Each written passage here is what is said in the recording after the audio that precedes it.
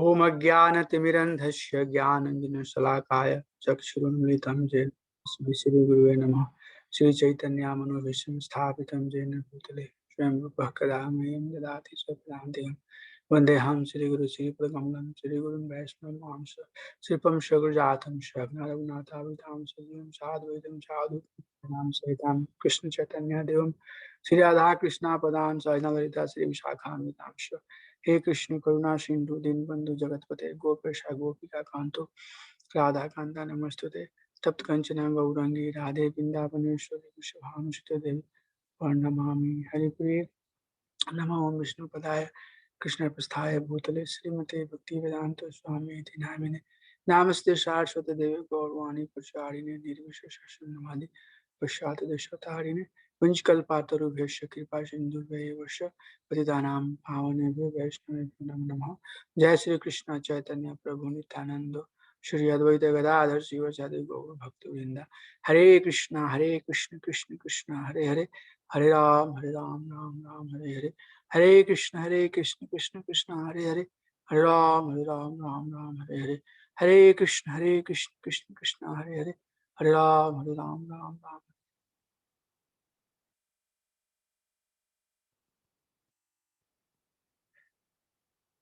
जैसे श्री राम संकीर्तन की जय। Hare Krishna. So we'll continue chapter 15.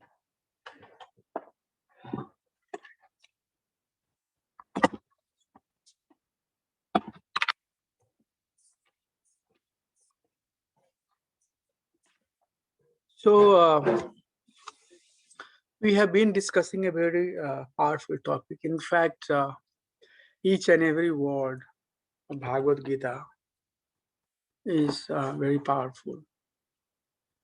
And I was thinking that, every time when we start a chapter, we say that this is a very powerful chapter, this is a very beautiful chapter. Is it worth? And then I realized that, yes, in fact, not only the chapter, but each and every uh, word of the Bhagavad Gita is very important because it's essence. And in this chapter, we'll see Krishna will also, say similar thing. So this is basically, 15th chapter, Dash, Panchadash chapter, Purusha Yoga, or Yoga of the Purushottama, the Yoga of the Supreme Person, Purushottam Yoga. It's a very, powerful chapter. So we studied chapter 13 and 14, and then we are in chapter 15. Chapter 13 gives us the idea about so many terms, our area of influence, and then the prominent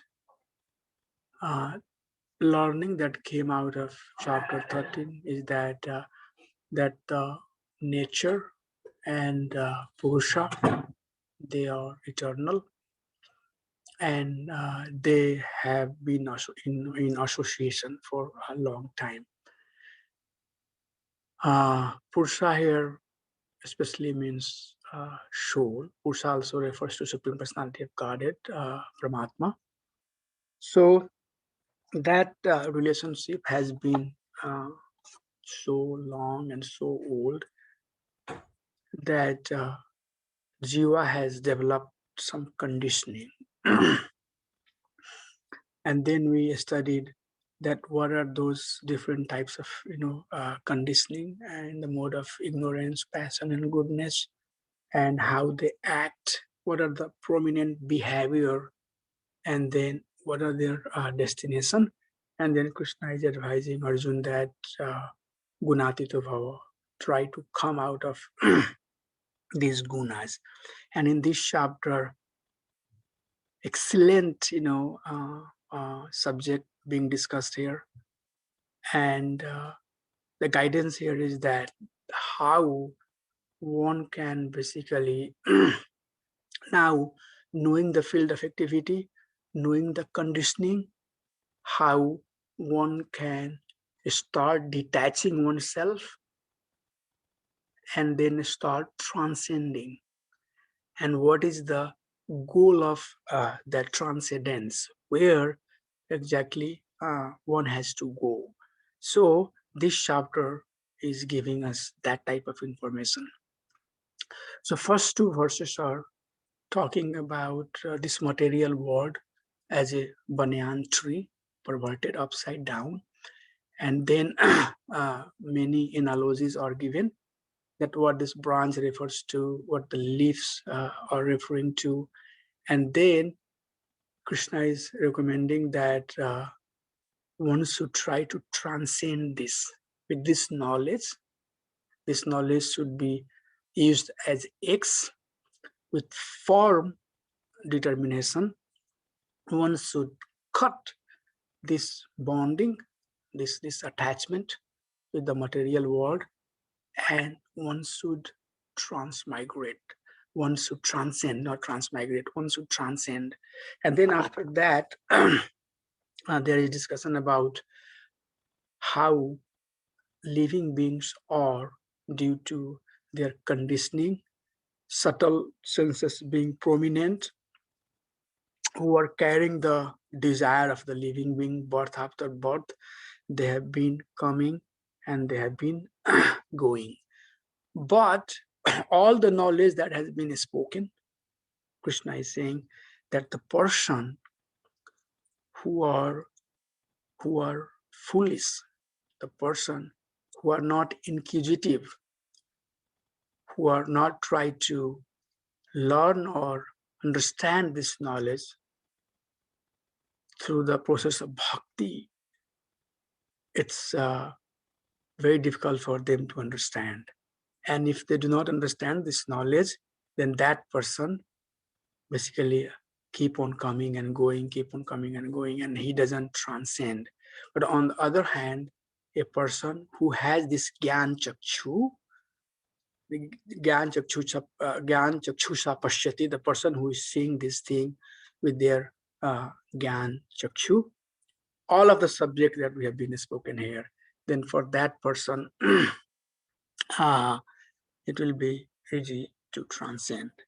And then we are going to, so we studied up to verse number 11. So today we'll try to finish this chapter and go up to verse number 20. So 12 to 15, Krishna is explaining how he sustains and maintains this material world. And then 16 to 18 will talk the essence of the Vedic knowledge. What is the essence? What is to be known out of all the Vedic instructions that's given? And then last two verses are kind of falasruti in one sense. It will tell us that knowing the essence of Veda, the person who knows this essence, which is basically knowing the Krishna, is the knower of all knowledge. So by knowing Krishna, nothing remain to be known. So that's how this chapter will conclude. Very powerful chapter. So I'll just quickly, go over the slides that we saw last week. Here, basically, there are example given how this material world is perverted image of a spiritual world, and then Krishna is here giving the advice that use this knowledge to develop detachment, and then cut this attachment that we have with the material world. And while you are cutting this detachment, be also aware about higher goal, about the place where once one go or one is gone, is never returning back. So while you are trying to detach, also aspire to know about that place. Then one should search for that place from which, having gone, one never return. And then, what is the process of surrender? And what's the quality of that place? That's given in verse number 6. And then living beings are transmigrating, and Vimudha nanupashyanti, the one who is not in this knowledge, he cannot see this coming and going of the, again and again, coming and going in this material world. But at the same time, pashyanti jnana chakshusha, but the one who has the knowledge that we just talked, all the knowledge we have been talking about, that person can see, and then he can aspire to transcend, to come out of this material conditioning. And in this section, in verse number 8, there is a term used which says that the living being soul also has some Ishwaratva, some degree of independence, and how we use that independence, that will determine what is our destination. So with that, we talked about this slide, and then we are going to start new set of verses today. So verse number 12 to 13, Krishna, in this series of verses from 12 to 15, we are going to talk how Krishna is the maintainer of this material world, and then also the living entities who resides in this material world. So I'll read text number 12. Yad aditya gatam tejo jagad bhasyate khilam yat chandramasi yat chagnav tat tejo vidhi mamakam. Yad adityam gatam tejo. So the tej, the light that coming from Aditya, from Surya, Krishna is saying that I am the source of that. Also, the light that comes from moon and fire, Krishna is saying that tat tejo vidhi mamekam. So the light, that energy that's coming from sun, moon, and fire, that's coming because of Krishna. And then the benefit of that light, what that exactly does, we know that sun is perfectly situated in its own orbit, and if it's little bit comes close, then that will basically burn everybody, or this material world would not sustain.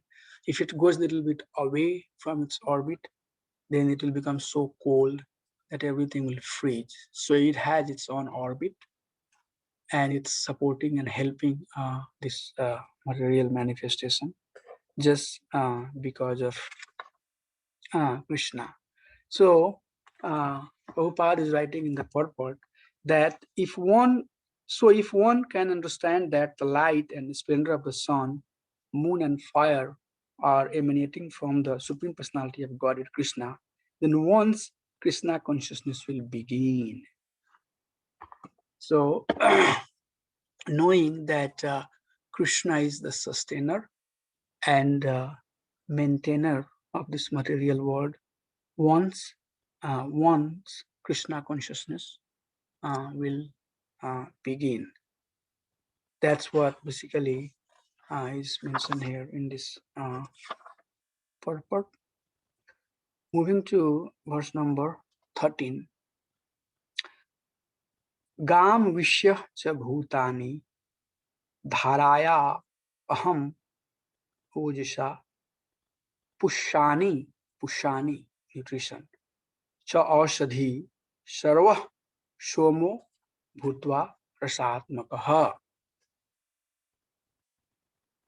So I enter into each planet, and by my energy, I sustain all living beings. Gam Vishya Cha Bhutani Dharyam Aham Ojasha Pushani, giving the nutrition, Chausdhi to all the plants, Sarva, Ausdhi, Shomo, Bhutva, Rasatmaka. And I become moon and supply juice of life to all planets and vegetable. So these two sets of verse are basically helping us to understand how Krishna is helping externally on the cosmic level to support this material world. So in this verse, Krishna is saying that I enter into each planet, and by my energy, I sustain all living beings. So can somebody guess who are those two personality? What personality are being referred here? Who sustains?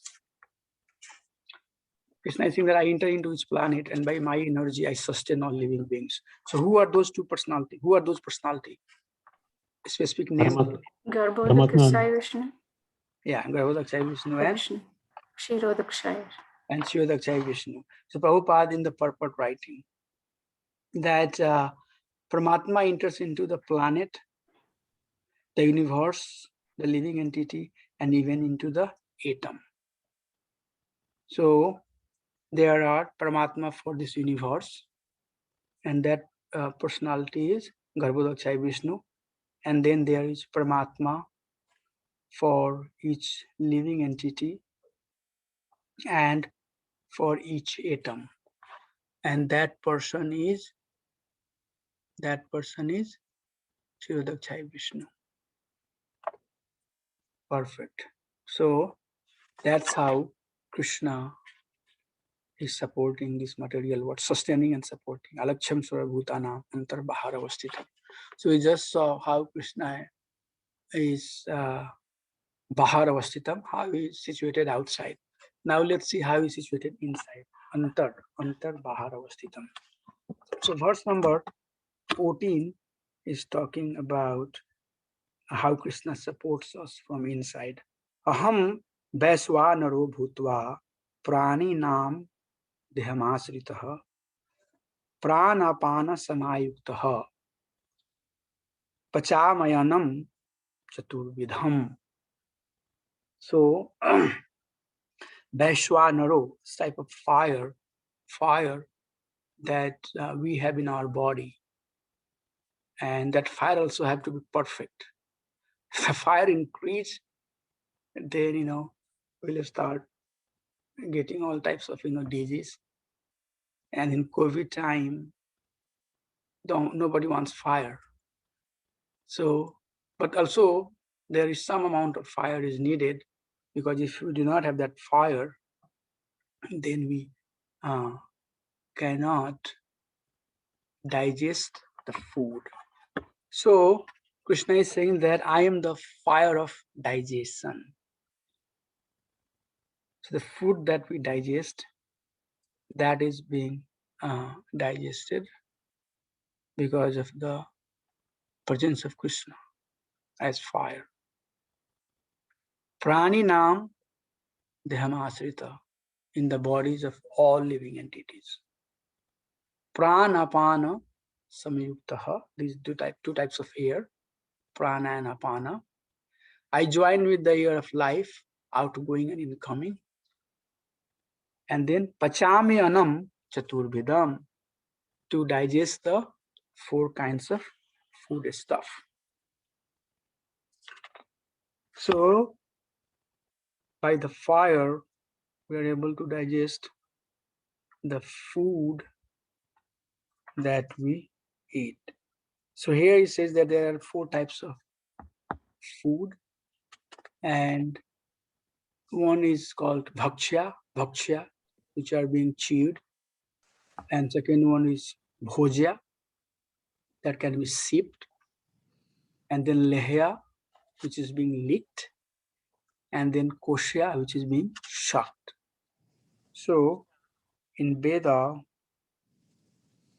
there are 4 type of food stuff that's been mentioned, and those foods are being digested because of the presence of Krishna. So that is how Krishna internally supports the living being, and also giving the incoming and outgoing air. And then verse number 15 is the star verse, very powerful verse. Sarvasya chaham hridhi sanivisto mama smriti jnanam apohanam cha vedasya sarvarhameva vedo vedanta krid veda videva chaham. This is beautiful verse. I'm sure many of you know that. So this verse is basically saying 4 important things here.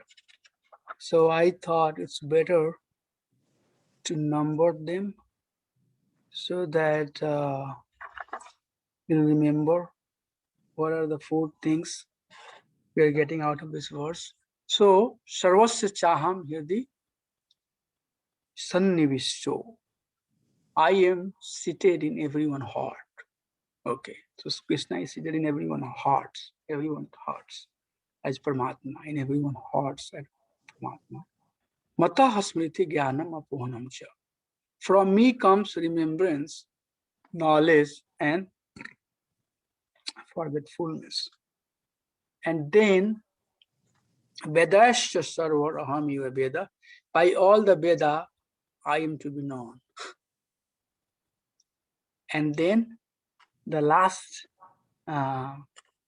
sentence says that Vedanti Krid Veda Vid Evacha Aham. I am the compiler of Vedanta, in the bracket, as Vyasdev. I am the knower of the Vedas. So that is what Krishna is doing. You know, he is seated in everybody's heart, Paramatma. From him, the forgetfulness and remembrance comes. And the goal of all the Vedic studies that we do is to know Krishna, because he is compiler of the Veda and knower of the Vedas as well. So let's see what are some of the key highlights coming from this purport. The living entity forgets everything of his past life, but he has to act according to the direction of the Supreme Lord, who is witnessing to all his work. So this is basically, forgetfulness is not something that we should always take in a negative connotation, but forgetfulness is sometimes also a kind of award or reward to the conditioned soul. Because if we do not forget how many lives we have been through and what types of suffering we have gone through, then just one lifetime makes people crazy. And knowing when Krishna says that Mamayam Sajiva Loka Jiva Bhuta Sanatana, all of these living beings are Sanatan, eternal, then I don't know how many lives we had. If we had 100 years or so, if we lived in every lifetime, if we are human being, I don't know what other forms we had. So remembering all of those will definitely make one go nuts, one go crazy. So this forgetfulness should not be considered as a curse. So that's of course, remembrance and knowledge, when it comes, I'm sure all of you would say that, yeah, we want to remember things, we want to have the knowledge. So it normally taken in a very positive way. But forgetfulness is also very positive, because if we do not forget, our suffering life after life, then our life will become hell. That's why I, highlighted this statement. Prabhupada is saying the living entity forgets everything of his past life. Why? Because he has to fulfill his desire, and also he has to act for the uh, he has to act under the direction of the Supreme Personality of Godhead. So the last, by all the Veda, I am to be known, the second line of this verse. So Prabhupada also given a very nice explanation of that statement, and he is referring he's referring Vedanta Sutra 114 that says Tattu Samanvayat, one can attain perfection in 3 stages. By understanding the Vedic literature, one can understand his relationship with the Supreme Personality of Godhead. By performing the different process, one can approach him. So develop the relationship, which is Sambandha, and then get engaged into the devotional activity, which is process of Avidya. And at the end, one can attain the supreme goal, which is Pariyojana.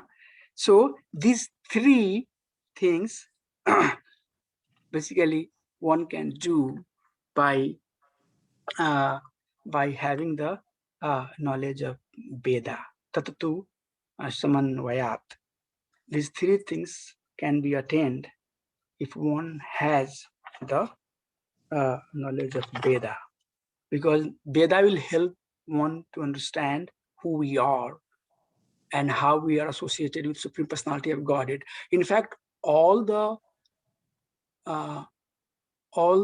aspects of relationship that we have been talking, when Krishna is saying that I am the fire, I am the source of knowledge and remembrance, I am basically the person who sustains and creates this material world, I am the one who is living into the heart of every living being, and I am directing them. All of these establish a relationship.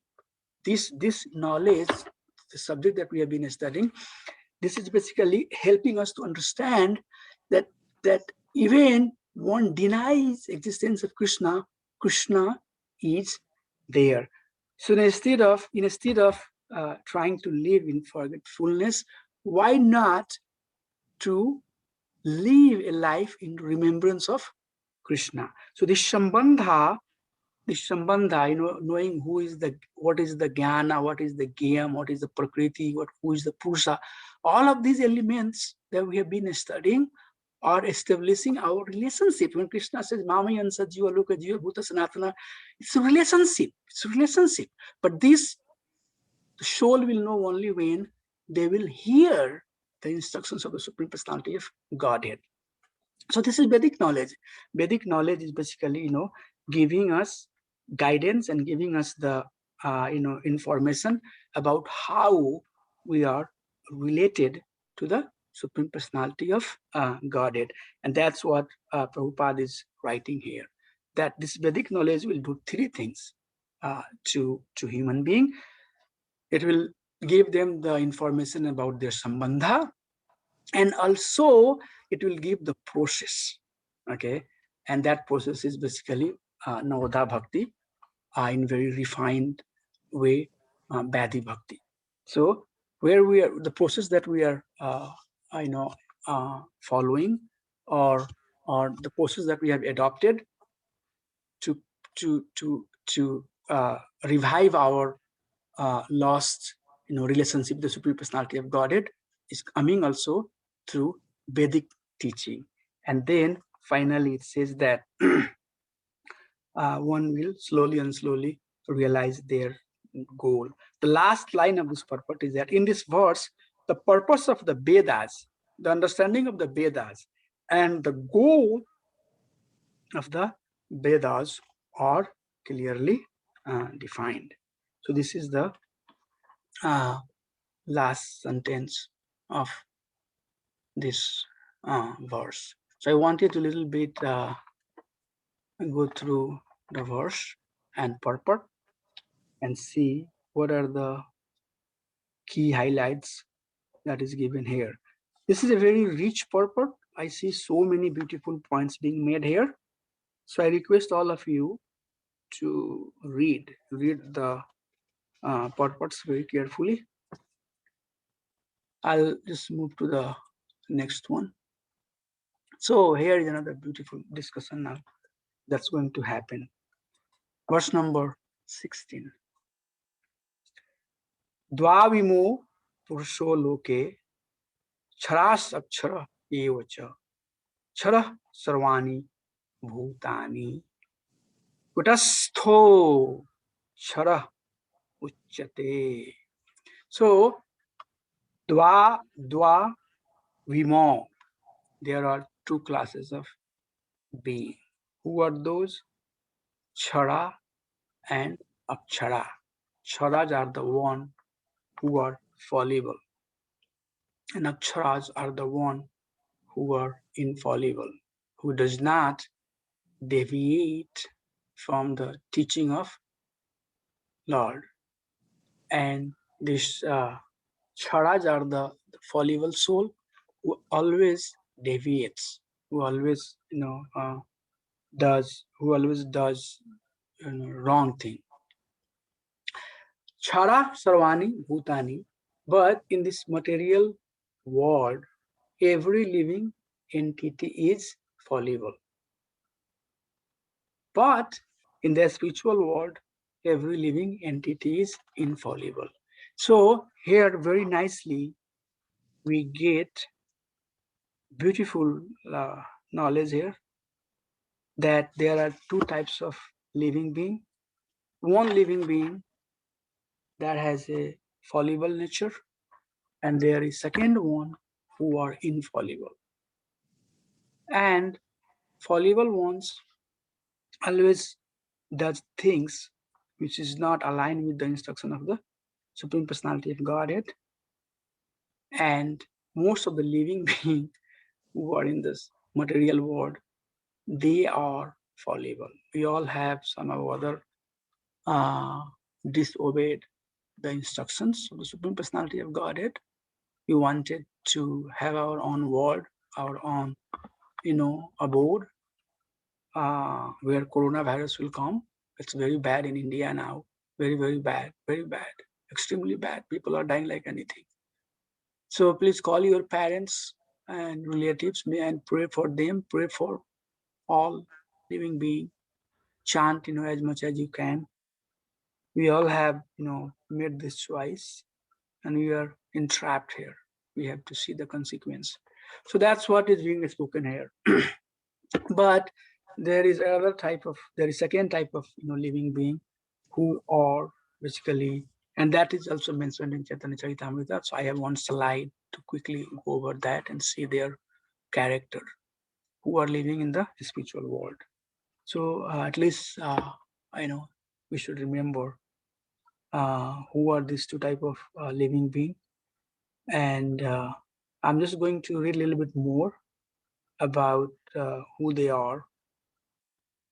The living entities who are struggling in this world with the mind and five senses, Manasasthani, Indrani, have their material bodies which are changing. As long as a living entity is conditioned, his body changes due to contact with matter. Matter is changing, so the living entity appears to be changing. Very, very beautiful, very refined, very beautiful, statement that the body is made of ashad, made of material element, and like draws the like. Water attracts the water, fire attracts the fire. So likewise, since we are made of this material element, we have attachment with the matters, and the nature of the matter is that it changes. That is why the human body is changing.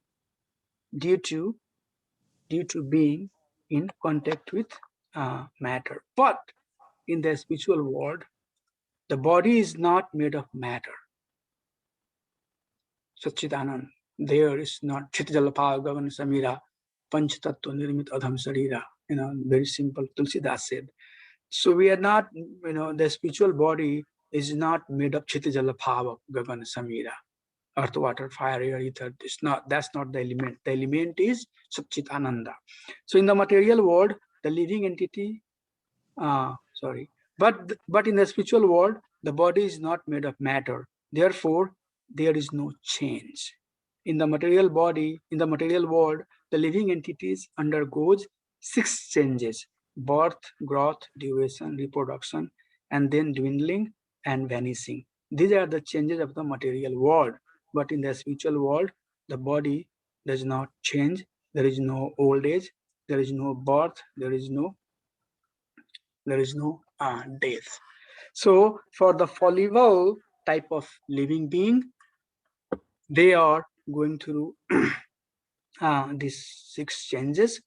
But the one who are not fallible, the one who are infallible, they reside in the spiritual world, and they are not affected by these 6 changes. So why this thing is spoken here? What is the significance of this particular set of information here? So that we can understand where we are and what is our goal. So that we can understand that the body and the positioning that we are positioned in is really, really terrible. It's really not something that we should aspire to live in.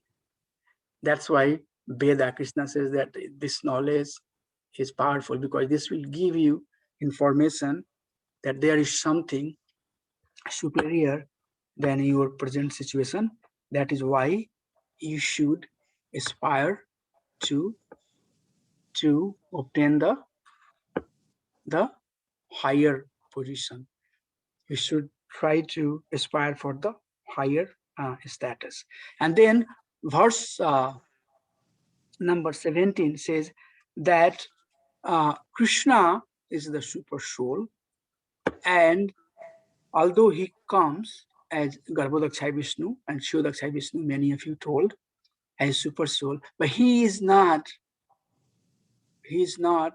part of these 2 categories. Okay, one should not just think that now he has come to the material world, and Krishna has spoken, in Gita, many places, that foolish things, that I have come to this material world, I have become part of this material, nature. So if there are chara and akshara type of living being, one should not think that since I have come to this material world, I have become part of it. Superior to these 2, there is the greatest personality called the Paramatma, the super soul. He has entered the 3 world. So Krishna has entered the 3 world. That inexhaustible Lord is thus maintaining the worlds. So Krishna has come to this material world, and this is also being spoken in Bhagavatam also, that Krishna comes here, with living being, but that doesn't mean that he becomes, part of the rules and regulations that there are in the material world. Although he's Mayapati, he's a master of all the illusory energy, but also at the same time, those energy does not, act against him. Those energy cannot bewilder him. So just few points here. The 2 classes are being mentioned in 1516 are the conditioned, which is chara, and liberated akshara, jivas. The position of the supporting and protecting the universe cannot refer to the conditioned jiva, because he cannot perform such action. It cannot refer to the liberated Jiva because he is devoid of interaction with the world. It can refer only to the Supreme Lord. No one can surpass the Supreme Lord, neither the conditioned soul nor the liberated soul. So there another explanation is given that one should not think that Krishna has become part of this material world, then he has become subjected to it. At the same time, one should also not think that some of those personalities who are not fallible, they are equal, or they have to do something with this material world. They have to do nothing. They are just there and they are serving the Supreme Personality of Godhead. So it's just the Supreme Personality of Godhead who is sustaining and supporting this material world, and he is beyond both of these Chara and Akshara. So that is the basically point that we wanted to understand from these two verses, that Krishna soul is the maintainer of this material world. Then we'll get into verse number 18, and we are going to see how Krishna is the object of worship for devotees as Bhagwan. One should approach Krishna in devotional service as Bhagwan, because I'm transcendental, superior to both the fallible and infallible, and because I am the greatest, I am celebrated both in the world and in the Veda as that supreme person, Purushottamaha. Krishna is here declaring. I would like to read that it's a little bit longer verse. Very clearly, Krishna is saying, and this is kind of boiling the milk type of situation, where after understanding all the aspects of the material world and types of living being and our interaction and how Lord basically is superior to all of these, we are coming to the point where we are trying to understand that that now one should basically proceed, one should basically aspire to worship that person. We went through all the details. That person who is beyond all of this chara, and all of this, elements of the material creation and everything, and that person should be worshipped as Bhagwan, and that is basically the essence of Veda. Because I'm transcendental beyond both the fallible and infallible, and because I am the greatest, I am celebrated both in the world and in the Vedas as the supreme person. Prabhupada says that no one can surpass the Supreme Personality of Godhead, Krishna, neither the conditioned soul nor the liberated soul. He is therefore the greatest of the personalities. Now it is clear here that the living entity and the Supreme Personality of Godhead are individuals. The difference is that the living entity, either in the conditioned state or in the liberated state, cannot surpass in quantity the inconceivable potency of the Supreme Personality of Godhead. It is incorrect to think of the Supreme Lord and the living entities as being one, as being on the same level or equal in all respects. There is always the question of superiority and inferiority between their personalities. The word Uttama is very significant. No one can surpass the Supreme Personality of Godhead. So with all of this knowledge now, we are coming to a point where we are approaching the Supreme Personality of Godhead as Bhagwan. So I just wanted to also, since we saw that in verse number 16, where there are two types of living beings are mentioned. So I wanted a little bit, give you the reference of Chaitanya Charitamrita, where similar type of instructions are given. And this is coming from Chaitanya Charitamrita, Madhya Lila, chapter 20, verse number 10. It says that Sei Vibhina Amsa Jiva Duita Prakar Eka Nitya Mukta Eka Nitya Samsar. Sei Vibhina Amsa Jiva Duita Prakara Eka Nitya Mukta Eka Nitya Samsara. So one category is of living being who are Nitya Badha, Nitya Samsara.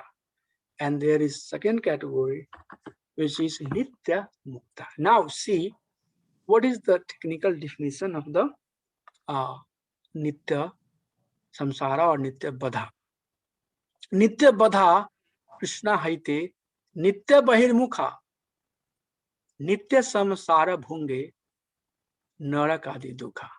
Okay, beautiful, so beautiful that I don't know, I have no word, I'm not that smart to express this so well, but this is such a beautiful and very clear and concise, crystal clear.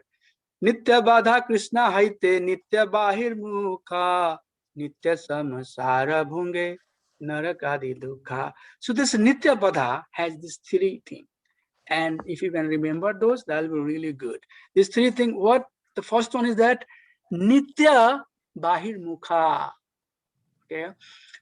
He is always prefers to stay away from the lotus feet of Krishna. His attraction is more in the material world. He is more allured and attracted by the things of the material world. Bahirmukha, Antarmukha, Bahirmukha. Very, Bahirmukha word I'm sure you all have heard. So the Nitya Badha is Bahirmukha. And then Nitya Samsara Bhunge. And what he does, he eternally, he wants to enjoy. He has sambandha with the material world. Okay, so he is Bahirmukha. Okay, and he is very, affectionately or very, in fondly way associated with Sansara. And he is now going to take the instruction of Shastra. He will become a theist. He will doubt everything. He will do not doubt the things which are created in the material world. But anything that is coming from the Lord, anything that will help him go beyond the jurisdiction of the material, domain, he will have, doubt. Why? Because that's what he is. He is Nitya Samsara Bhunge. He wants to, this Bhunja is basically Bhogta, the one who enjoys, is Bhogi. He's enjoying the happiness or whatever is being offered in the material world. And what that does, Narakadi Dukkha. And then with these two things, the tendency of being Bahirmukha, stay away from Krishna, and propensity to enjoy in this material world, that makes him suffer like hell. So even he lives in the material world, but due to his Bahirmukha tendency, Shastra says, this conditioned people, they bring hell, they bring hell with him. Wherever they go, they create hell for, themselves. Okay. So these are the three things that Nitya Badha has. They are Nitya Bahirmukha. They are Nitya Samsara Bhogis. They are always trying to enjoy, and they are suffering like hell. They are suffering like one will suffer in the hell. Now, I don't know if we agree with that or not. Are we suffering or not? Yes, we'll know only when we are suffering, when we have this knowledge, when we understand this Chara and Akshara, when we understand the spiritual world and the nature of the spiritual world and the quality and beauty of the spiritual world. Then if we look at our material conditioning, then we would be able to understand that, yes, we are suffering. On the other hand, there are Nitya Mukta, His Divine Grace, His Bhaktivedanta Swami Prabhupada, all, great, acharyas, They come to this material world like Krishna comes, and he doesn't get affected by it. Like they come, they are sent by Lord.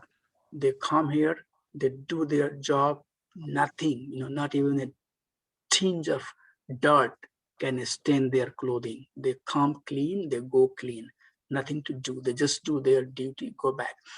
So Nitya Mukta, Nitya Krishna, Charena Unmukha. The Nitya Mukta, they are always Krishna Charane Unmukha. They are always thinking about lotus feet of the Supreme Personality of Godhead. Prabhupada said that I do not remember if there was any moment where I forgot the Supreme Personality of Godhead. And many other acharyas, even they come, they do not, even they come to the material world, they do not forget. That's number one. Krishna Charane, Krishna Charane Unmukha. They are always basically worshipping and thinking about the lotus feet of the Supreme Lord. Krishna Parishad, and they are eternal associate of the Supreme Personality of God. And what they do, Bhunge Nama Bhunge Seva Sukha, and they are enjoying the bliss of serving the Supreme Personality of Godhead. Okay, so even in this material world, one can make their life from this hellish condition and living in hell to that blissful life, and that can happen by serving Supreme Personality of Godhead, by taking the process of bhakti. So this Nitya Bodha and Nitya Mukta is very nicely also explained in Chaitanya Charitamrita, and same and similar type of living being, this Shara and Akshara, are given here in verse number 16. And if you read Prabhupada's purport very nicely, you will hear these things that we are just summarizing here from Chaitanya Charitamrita. So please remember the characters of or characteristic of the Nitya Bodha and Nitya Mukta. Since it was talking about these types of living being, I thought it's better to also give some citation from other places which talks similar thing. So with that, we'll move to last two verses. So we are moving to verse number 19. And 19 is a beautiful verse, very beautiful verse. Knower of Krishna knows everything. Yo mamevam sammudho, yo mamevam sammudho janati purushottamam sa sarva vidbhajati mam sarvabhavena bharata. Sa sarvavid bhajati mam sarvabhavena bharata. Sarvabhavena, with all of their intense desire, by all means, they are sarvavid, the one who is knower. Sarvavid means the one who is all knower. By all means, he is worshipping, he is bhajati, he is worshipping the Supreme Personality of Godhead. Who is that person? Yo mameva sammudho, the man who knows Supreme Personality of Godhead, janati purushottama, as Supreme Personality of Godhead, without any doubt. Okay, so whoever knows me as the Supreme Personality of Godhead without doubting is the knower of everything. He engages in devotional service unto me in all respect, O son of Bharata, O son of Bharat. Let's call it Bharat, not Bharata, Bharat. So So that's what basically is the pinnacle. We have come to the pinnacle. We are getting the final essence. Going through all of this analytical study, now we are summarizing, Krishna is summarizing that the one who is knower of what I just spoke is knower of everything. And what is the way to test one is knower of everything? Very nicely he says, Sarvabhavena. Mam Sarvabhavena. By Sarvabhavena, by every means. By every means, he in all respect, the English translation is given here, in all respect. He is trying to worship the Supreme Personality of Godhead. Who is that person? The one who is knower of everything. The one who is knower of everything is the one who knows Krishna as the Supreme Personality of Godhead. This is beautiful, beautiful statement here. So I would like to basically read. We have some time before I finish the last one. Now in this verse, just highlight. Now in this verse, Prabhupada is writing in the purport, the Supreme Personality of Godhead clearly explains that anyone who knows Lord to be the Supreme Person is actually the knower of everything. That's why Krishna is saying, that out of Veda, I'm to be the known. Why? Because the one who knows me is knower of everything. If a person is engaged in full Krishna consciousness, in the devotional service of the Lord, is to be understood that he has understand all the Vedic knowledge. Wow. So by this is mercy of Guru and Sadhu, that they just lift us from the material world and help us get situated in limbs of bhakti, in the Vedic bhakti. And that transition that happens from the material world and going through all types of dosha and vigraha and vikara, and suddenly coming to a point where one is trying to be devotee of Krishna. This transition is basically the result of all the Vedic knowledge. That's what is being spoken here. So Guru, Shastra, and Sadhu, such a powerful tool. It helps basically escape and help one to get fully situated in devotional service. Devotional service in Vedic Bhakti in the very beginning with some dosha, with some offenses, with some aparadha. But if the desire is strong, Krishna will help. And then slowly and slowly that Vedic Bhakti turns into Raganuga Bhakti. So that transition, Krishna is saying, ahead in the purport, Prabhupada is saying, that happens as a result. It's kind of resultant of all the Vedic knowledge. Because the one who has come to this understanding that Iswara Brahma Krishna Sachitananda Vigraha Anadi Radhi Govinda Sarvakaran Karnam, he is the knower of all the knowledge. So with that, I would like to move to the last verse number 20. Iti guhatamam shastram idam uktam mayanadha etad budhva बुद्धिमानस्यात् कृतकृतस्य भारतः कृतकृतस्य भारतः. Thus, I have spoken this most confidential part of the Vedic scripture.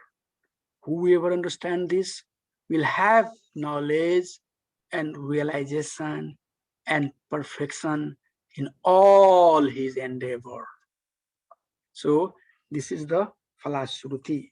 This is the basically phala. This is the fruit that one get, that if one has come to the stage of understanding that Krishna is the supreme person and one is engaged in worshipping Supreme Personality of Godhead, then he has knowledge, he has all the knowledge, and he has all the realization. And with that, what happens is that all the endeavors, very important to be noted, all the endeavors that he does becomes perfect. Okay. I was just reading, last Sunday, and the purport Prabhupada is saying that the cause of the disease and the medicine of the disease is same. But a perfect physician like Lord Narad can treat one who is in diseased condition. An example is given that if somebody eats milk product, he gets problem of digestion. But at the same time, by giving yogurt and other products coming out of milk, that will cure the problem of indigestion. So that exactly is being spoken here, that we live in this material world. We are part of this material world. We will be one of the person out of so many person on this planet. But if we are acting under that knowledge, who is the Supreme Personality of Godhead, Krishna, that knowledge is essence of all the knowledge. And then the realization that comes out of knowing the science of bhakti, then the action that we make in the material world, that endeavor, that action become perfect.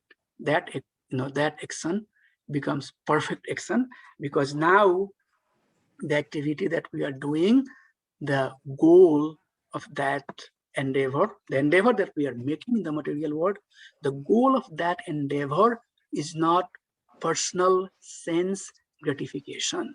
Rather, it's being done for the pleasure of the Supreme Personality of Godhead. So this is the beautiful, beautiful chapter that we are finishing today. The title of this chapter is also very powerful, the Yoga of the Supreme Person. How to connect with the Supreme Person.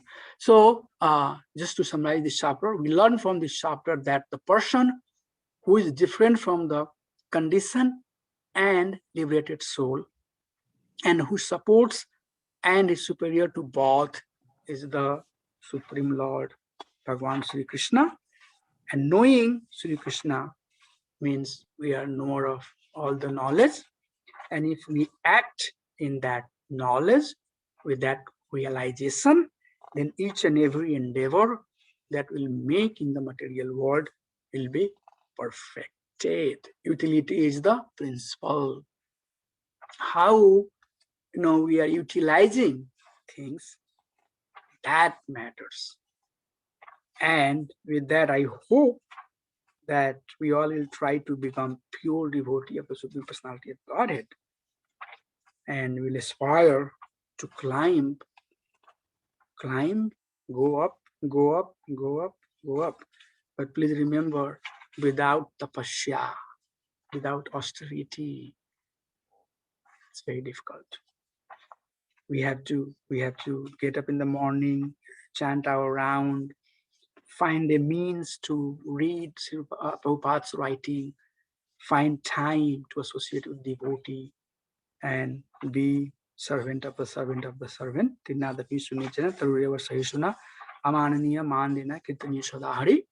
Lord knows our desire.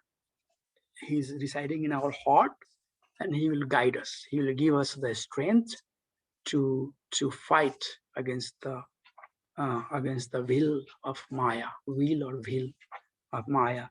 And then one day, slowly and slowly, we'll transcend this material creation.